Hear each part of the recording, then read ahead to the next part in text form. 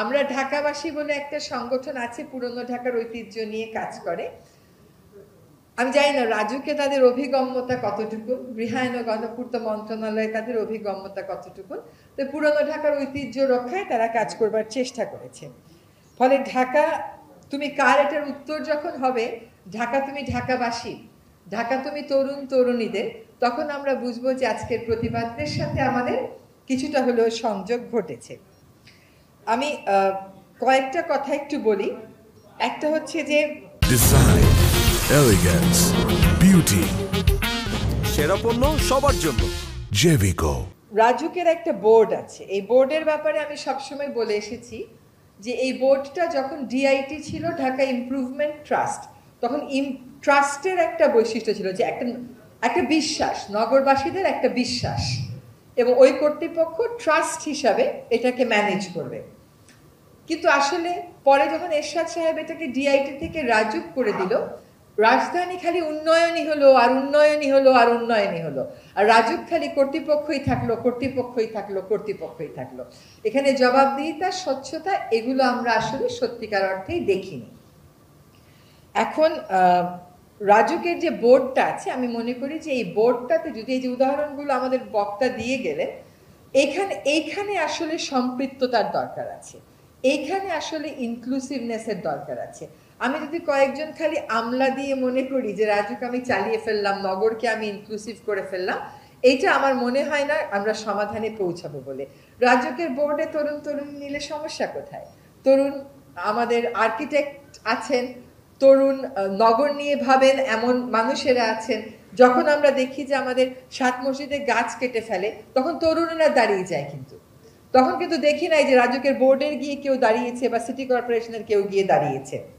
কাজে রাজুকের বোর্ডে এই ইনক্লুসিভনেস থাকাটার দরকার আছে। এবং এখন যে নতুন বাংলাদেশে আমরা বসবাস করছি, এখানে অনেক চড়াই উতরাই পার হতে হবে আমাদের, এটা আমাদেরকে মেনে নিতে হবে। খুব একটা স্মুথ রাস্তায় আমরা যে চলবো তা না, নানান রকম চ্যালেঞ্জ, নানান রকম বাধা বিপত্তি পার করেই আমাদের চলতে হবে।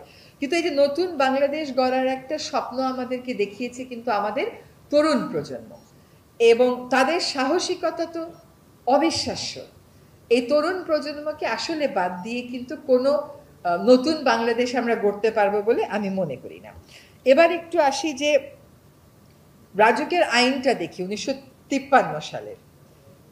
রাজুকের আইনে আসলে বলা আছে রাজুক ইমপ্রুভমেন্ট স্কিম করবে, এই পূর্বাচল করে, উত্তরা করে। রাজুক ভাষান টেকটা শেষ করতে পারে না, এটা রাজুকের আইনের মধ্যেও প্রায়োরিটি না। আবার যদি আপনি বলেন 40% বস্তিবাসী, রাজুক তখন মন খারাপ করে, তখন সে নানান পরিসংখ্যান দিয়ে বলে না না বস্তিবাসী 28%। বস্তিবাসী যদি 28% হয়, তারাও তো এই নগরবাসী। তো আপনি যদি সাম্যের কথা বলেন, তাহলে টাউন ইমপ্রুভমেন্ট অ্যাক্টের ওই যে ইমপ্রুভমেন্ট স্কিমগুলো আপনি নেন, ওই স্কিমগুলোর সাথে এই মানুষগুলোর বসতি অধিকারের কি সম্পর্ক আছে? কোনো সম্পর্ক নেই তো।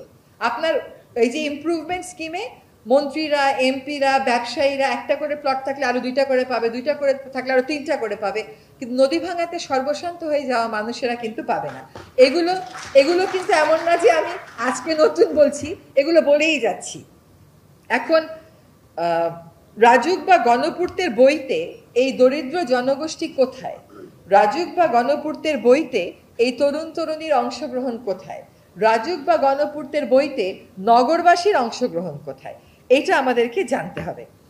আমরা একটা আহ্বান জানিয়ে একটু শেষ করব। আমাদের বক্তা বলেছেন যে তরুণদের সৃজনশীলতা, তরুণদের চাহিদা, তরুণদের প্রয়োজন তো আমাদেরকে মিটাতে হবে। ঢাকা শহরের মাঠগুলো দেখেন, ঢাকা খালি মনে হয় কি মানুষ শুধু থাকবেই, মানুষের আর কোনো প্রয়োজন নেই, শুধু থাকতে পারলেই হলো।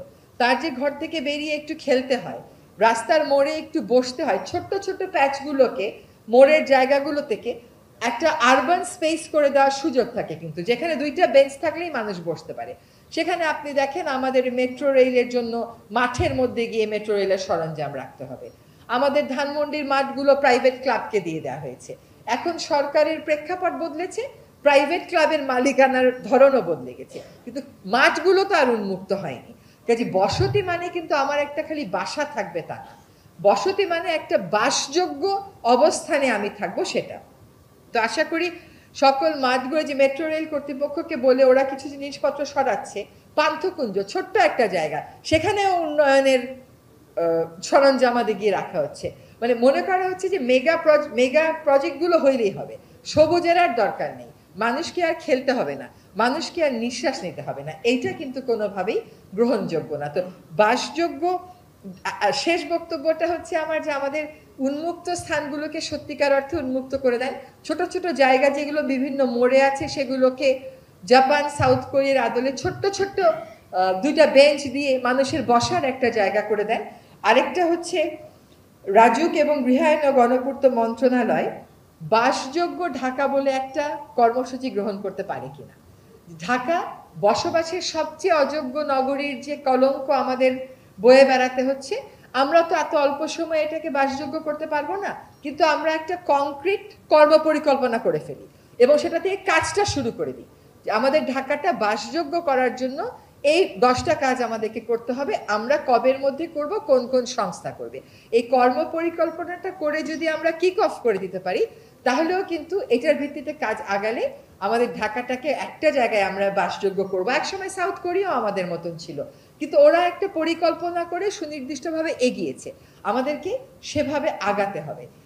আমি মনে করি যে আমাদের এখন যিনি গৃহায়ন এবং গণপূর্ত মন্ত্রণালয়ের দায়িত্বে আছেন, তিনি তরুণদের সাথে মিশবার তার একটা সহজাত ক্ষমতা আছে।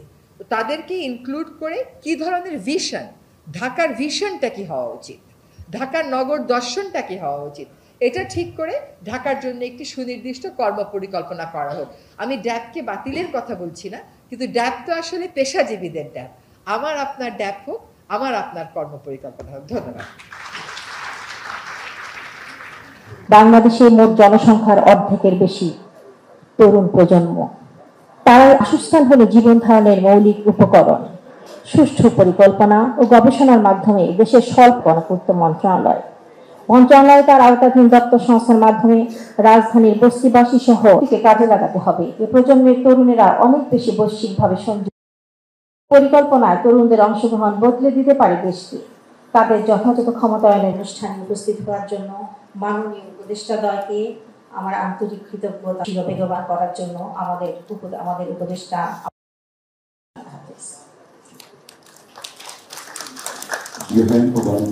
রাষ্ট্রীয় জরুরি প্রয়োজনে আজকের অনুষ্ঠানের প্রধান বক্তা ও বিশেষ বক্তাকে সভায় মাননীয় উপদেষ্টা জনাব আদিলুর রহমান খান, বিশ্ব বসতি দিবস 2004-এর স্মরণিকা